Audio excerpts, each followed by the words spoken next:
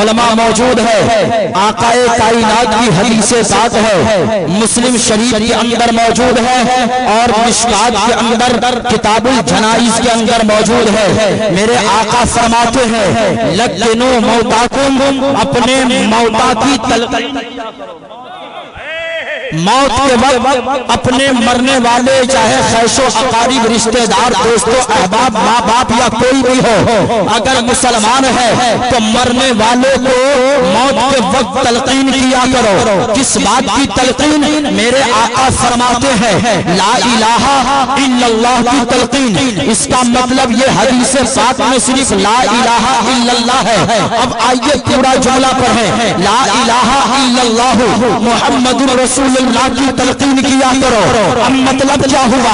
اگر ہم اپنے جانے والے کو اگر اس کلمے کی تلقین کرتے ہیں، اس سے فائدہ کیا ہوتا ہے، اس سے فائدہ کیا حاصل ہوتا ہے، تب علماء بھی بیان کریں گے۔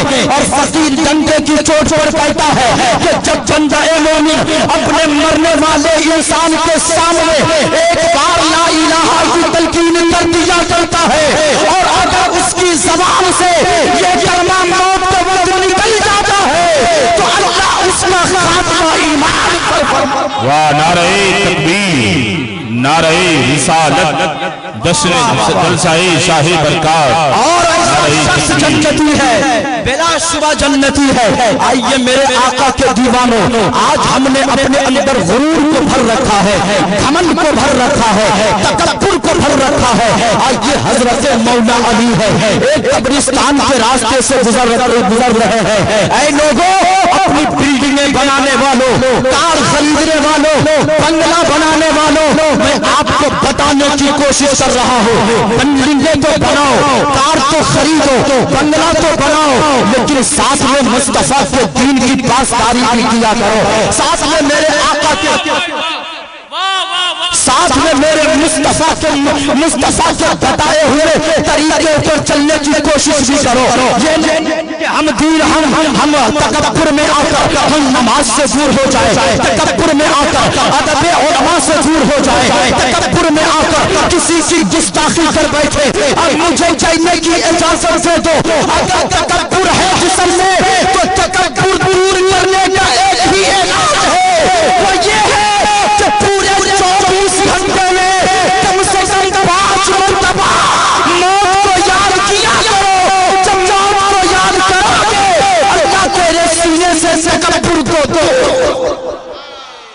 واہ واہ واہ واہ واہ واہ اگر موت کو یاد کرو گے اللہ تیرے سینے سے تکبر کو دور کر دے گا۔ میں ہمیں آپ بتا وقت کی قلت دامن گیر ہے، حضرت مولا علی ہے، قبرستان سے گزر رہے ہیں، قبری ایک ٹوٹی قبر پر نظر پڑی۔ حضرت علی فرماتے ہیں اے قبر والو ذرا بتاؤ تمہارا حال کیا ہے، قبر کے اندر کیا معاملہ ہے، قبر کے اندر قبر کے فرشتے سوال کرنے والے فرشتوں نے تیرے ساتھ کیا معاملہ کیا ہے۔ حضرت علی سے اس ٹوٹی ہوئی قبر سے آواز آتی ہے اے علی مت پوچھ کہ میرا حال کیا ہے، اے علی مت پوچھ کہ میں کس حال میں ہوں، البتہ اتنا تو بتا میں نے اپنے پیچھے اپنے بال بچوں کو چھوڑا، اپنے پیچھے اپنی بیوی کو چھوڑا، اپنے پیچھے میں نے جو مکان بنائے تھے اس مکان کو چھوڑا، اپنے پیچھے دوست و احباب کو چھوڑا۔ حضرت علی فرماتے ہیں اے انسان تم نے جس اولاد کو اپنے پیچھے چھوڑا ہے، جس مکان کو اپنے پیچھے چھوڑا ہے، تیری اولاد تیرے مرنے کے بعد اسی مکان کو ٹکڑوں میں تقسیم کر دیا ہے، مرنے کے بعد تیری اولاد اسی مکان کے لیے آپس میں ایک دوسرے سے الگ ہو گیا ہے۔